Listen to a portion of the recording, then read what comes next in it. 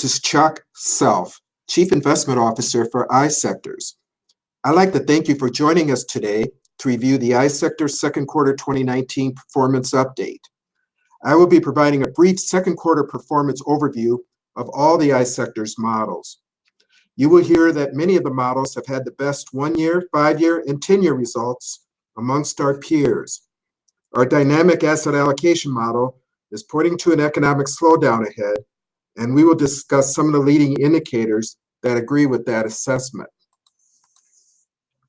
This call shall last about 10 minutes with questions and answers to follow. Please feel free to ask questions anytime during or after the presentation by clicking on the chat box in the lower right-hand corner of your screen.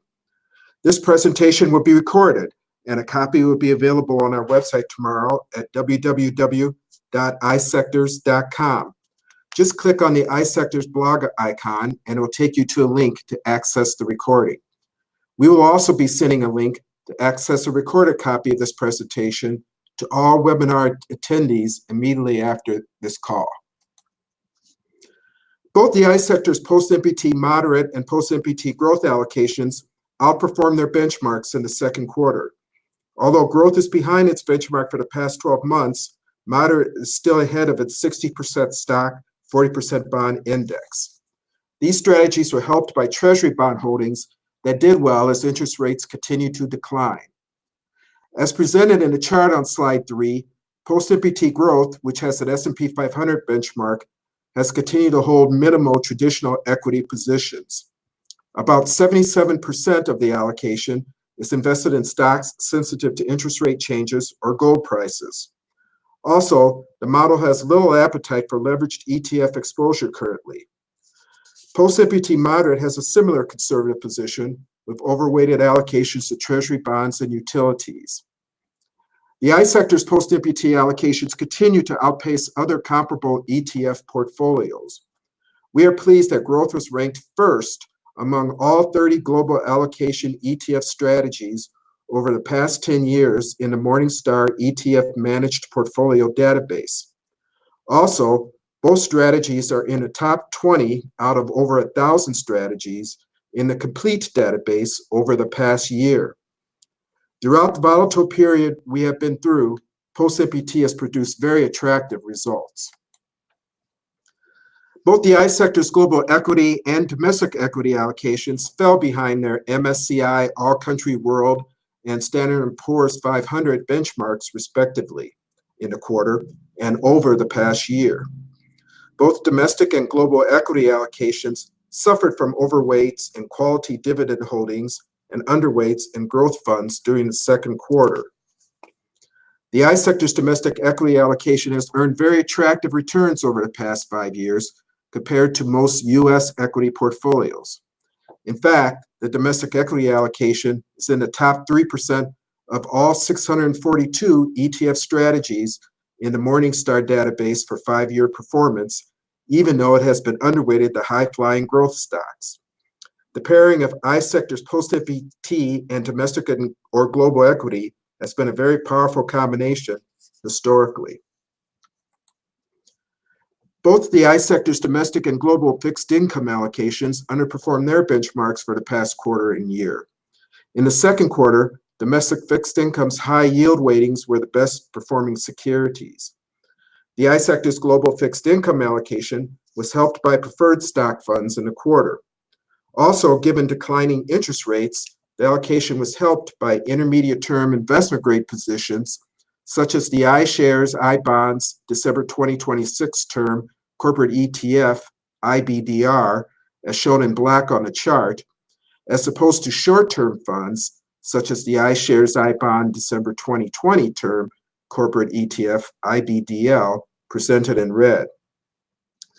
We are pleased to announce that global fixed income allocation was the first world bond ETF portfolio with a 10-year track record. Investors looking for a global diversifier should consider global fixed income as a premium alternative. Given the volatility we have experienced over the past couple of years, some advisors are looking for one-stop, set-it-and-forget-it solutions that increases and decreases risk depending on market conditions. The new iSectors enhanced allocations are innovative since they blend low correlation strategies at the same or lower fee than the underlying portfolios. Each of the 5 allocations, income, conservative, balanced, growth, and aggressive, are composed of the well-regarded domestic fixed income strategy focused on laddered credit-oriented bonds, the domestic equity strategy that emphasizes dividend growth funds, and award-winning post-MPT growth satellite strategy that changes sector risks given return prospects. These unique allocations allow you to differentiate your offering to the marketplace, whether wealth management or defined contribution plans. Also, you can simplify your investment management operations with the use of these portfolios. Please contact Scott Jones or me if you wish to receive more information about the enhanced allocations. The iSectors inflation protection and precious metals allocations both rose in the second quarter. The precious metals allocation was the best iSectors strategy over the past 3 months and 12-month periods. Surging returns from gold, as shown on slide 7 by the Sprott Physical Gold Trust, PHYS, positively affected both allocations' results. Palladium continues to boost the precious metals. Negative broad commodity performance was reflected in the Aberdeen Standard Bloomberg All Commodity Longer Dated K1 Free Strategy ETF, BCD, which, along with timber holdings, hurt performance in inflation protection. Precious metals is in the top 0.5% of all ETF strategies for the past year and may continue to be a better equity diversifier than even bond index funds. The iSectors liquid alternative allocations underperformed its hedge fund benchmark in the second quarter. As indicated on the chart on slide 8, representing Van Eck Vector's Junior Gold Miners ETF, GDXJ, precious metals funds were relatively strong. Hedge strategies, such as the Wisdom Tree Dynamic Long Short U.S. Equity Fund, DYLS, hurt the results of the strategy. The liquid alternative model is broadly diversified and aims to reduce total risk in client portfolios. Also, the liquid alternative allocation has outperformed hedge funds over the past 10 years by almost 300 basis points. Given the advantages of the allocation, including daily liquidity, complete transparency, availability to all clients, not just accredited ones, and a current yield of 2.5%, liquid alternatives will provide attractive risk-return characteristics as equity markets continue to ease. The high current income iSectors Endowment Fund underperformed its benchmark during the quarter. Preferred stock funds such as the First Trust Preferred Securities and Income ETF, FPE, helped results along with infrastructure funds. High dividend securities such as the Global X Super Dividend ETF, DIV, held back total returns. With the current yield of over 6%, endowment may be an excellent solution for clients more focused on high current income than total return. The iSectors Tactical Global Balanced allocation underperformed its benchmark in the second quarter. The portfolio continues to be fully invested. Gold bullion stocks, as graphed on the chart on slide 10 using the price movement of the iShares Gold Trust, IAU, helped results. The portfolio was hurt by low international stock returns, as shown by the price movement of the Vanguard FTSE Emerging Markets ETF, VWO.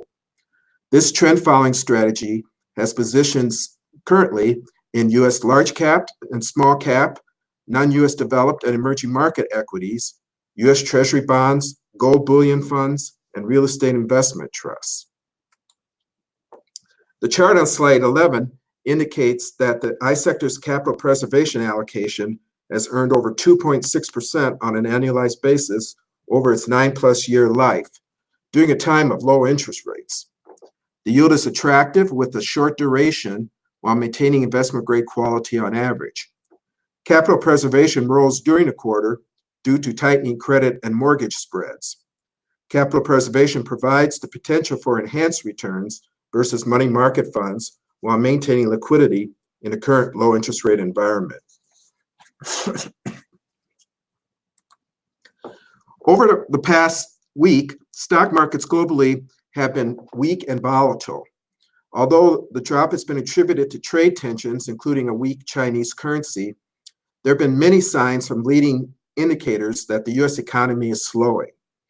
Given that the 10-year Treasury note yield has declined almost by 1/2 since November 2018, the bond market has signaled a coming slowdown well. This chart shows 4 other indicators that the economy is slowing. In the upper left corner, new manufacturing orders are declining at the strongest rate in this recovery. In the bottom left corner is the quarterly seasonally adjusted annual rate of change for the aggregate weekly hours of all private employees. Before the last recession, it was at this level just months before the recession began. In the bottom right corner is the price of gold.